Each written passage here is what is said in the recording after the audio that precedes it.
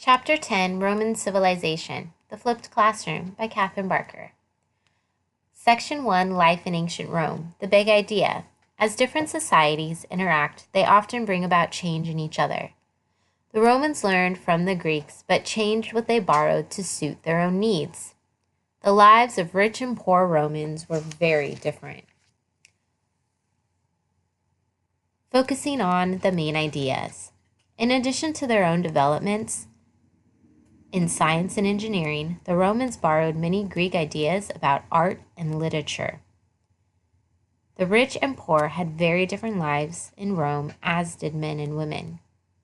Meeting people. Virgil, Horace, Galen, Ptolemy, Spartacus.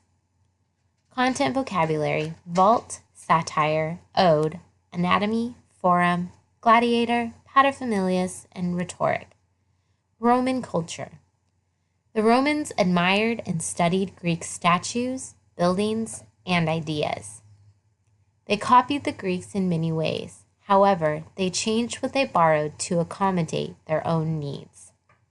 What was Roman art like? The Romans admired Greek art and architecture.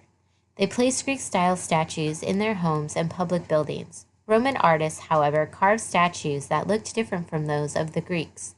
Greek statues were made to look perfect. People were shown young, healthy, and with beautiful bodies.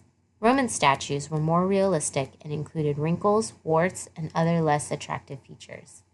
In building, the Romans also turned to the Greeks for ideas. They used Greek-style porches and rows of columns called colonnades, but they also added their own features such as arches and domes. Roman builders were the first to make full use of the arch. Arches supported bridges, aqueducts, and buildings. Rows of arches were often built against one another to form a vault or curved ceiling. Using this technique, the Romans were also able to build domes. The Romans were the first people to invent and use concrete, a mixture of volcanic ash, lime, and water. When it dried, the mix was hard as rock. Concrete made buildings sturdier and allowed them to be built taller. Romans' concrete buildings were so well built that many still stand. One of the most famous is the Colosseum, completed about 88. It was a huge arena that had seated capacity of 60,000 people. Another famous building is the Pantheon, a temple built to honor Rome's gods. The Pantheon's domed roof was the largest of its time. Roman literature.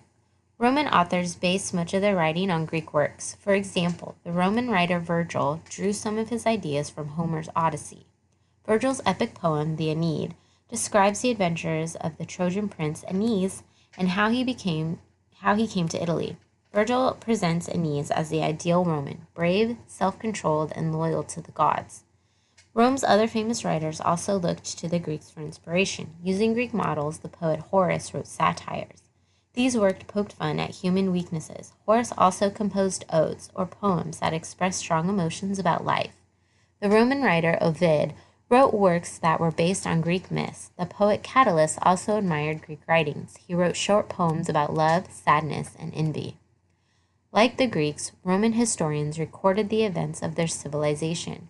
One of Rome's most famous historians was Livy. He wrote his History of Rome about 10 BC. In this book, Livy describes Rome's rise to power. Livy greatly admired the deeds of the early Romans, and he believed that history had important moral lessons to teach people. Livy celebrated Rome's greatness, but the Roman historian Tacitus took a darker view. He believed that Rome's emperors had taken people's freedom. Tacitus also thought Romans were not committed to the values that made them strong. He accused them of wasting time on sports and other pleasures.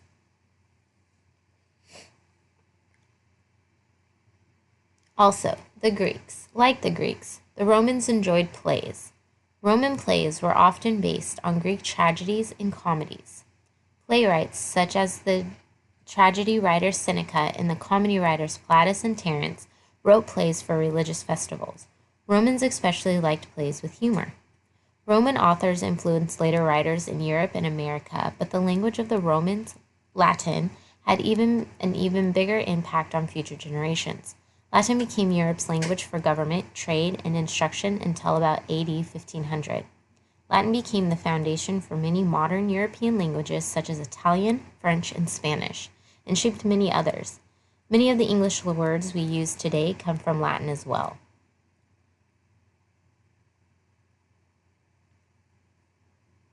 Roman science and engineering. The Romans also learned from Greek science. A Greek doctor named Galen brought many medical ideas to Rome. For example, he emphasized the importance of anatomy, the study of body structure. To learn about internal organs, Galen cut open dead animals and recorded his findings. Doctors in the West studied Galen's books and drawings for more than 1,500 years. Another important scientist of the Roman Empire was Ptolemy. Ptolemy lived in Alexandria in Egypt. He studied the sky and carefully mapped over 1,000 different stars. He also studied the motion of planets and stars and created rules expanding their movements. Even though Ptolemy inaccurately placed Earth at the center of the universe, educated people in Europe accepted his ideas for centuries. While Roman scientists tried to understand how the world worked, Roman engineers built an astonishing system of roads and bridges to connect the empire. Have you ever heard the saying, "All roads lead to Rome"? Roman engineers built roads from Rome to every part of the empire. These roads were well built and made travel and trade more accessible. The Romans also used advanced engineering to supply their cities with fresh water. Engineers built aqueducts to bring water from the hills to the cities. Aqueducts were long troughs supported by rows of arches. They carried water over long distances. Over time, 11 great aqueducts fed Rome's homes, bathhouses, fountains, and public bathrooms. Roman cities also had sewers to remove waste. The daily life in Rome. What was it like to live in Rome over 2,000 years ago? Rome was one of the largest cities in the ancient world. By the time of Augustus, over 1 million people lived there. Rome was carefully planned, as were many Roman cities. It was laid out in a square with the roads crossing at right angles. As its center was the Forum. This was an open space that served as a marketplace and public square. Temples and public buildings were built around it. Wealthy Romans lived in large, comfortable houses. Each home had large rooms, fine furniture, and beautiful gardens. Wealthy Romans also had homes called villas on their country estates. The city of Rome was crowded, noisy, and dirty. People tossed garbage into the streets from their apartments, and thieves prowled the streets at night.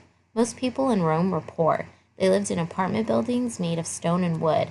High rent forced families to live in one room.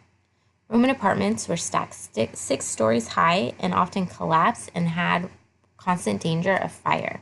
To keep people from rioting, the Roman government provided bread and circuses or free grain and shows. Romans of all classes flocked to chariot races and gladiator contests. So what was family life like? Family was very important to the Romans. Their families were large. They included not only parents and young children, but also married children and their families, other relatives, and enslaved servants. The father was the head of the household, called the paterfamilias, or father of the family. He had complete control over family members. For example, he punished children severely if they disobeyed. He also arranged their marriages. In some cases, the paterfamilias made sure his children were educated. Poor Romans could not afford to send their children to school. Wealthy Romans, however, hired tutors to teach their young children at home. Some older boys went to school, where they learned reading, writing, and rhetoric, or another way of saying public speaking. Older girls did not go to school. Instead, they studied reading and writing at home. They also learned household duties such as cooking, weaving, and cleaning. Between the ages of 14 and 16, a Roman boy celebrated becoming a man. He would burn his toys, put on a toga, and when he came of age, a man might join his family's business, become a soldier, or even begin a career in government. Women in Rome. Women in early Rome had some rights, but they did not have the same status as men. The paterfamilias controlled his wife's activities. However, he often sought her advice in private. Women had a strong influence on their families, and some wives of famous men, including emperors, became well known themselves. The freedoms of Roman women enjoyed depended on her husband's wealth and status. Wealthy women had a great deal of independence. They could own land, run businesses, and sell property. They managed the household and had enslaved people to do the housework. This left women free to study literature, art, and fashion. Outside the home, they could go on to the theater or amphitheater. Women with less money had less freedom. They spent most of their time working in their houses or helping their husbands in family-run shops. They were allowed to leave home to shop, visit friends, worship at temples, and go to the baths. A few women did work independently outside the home.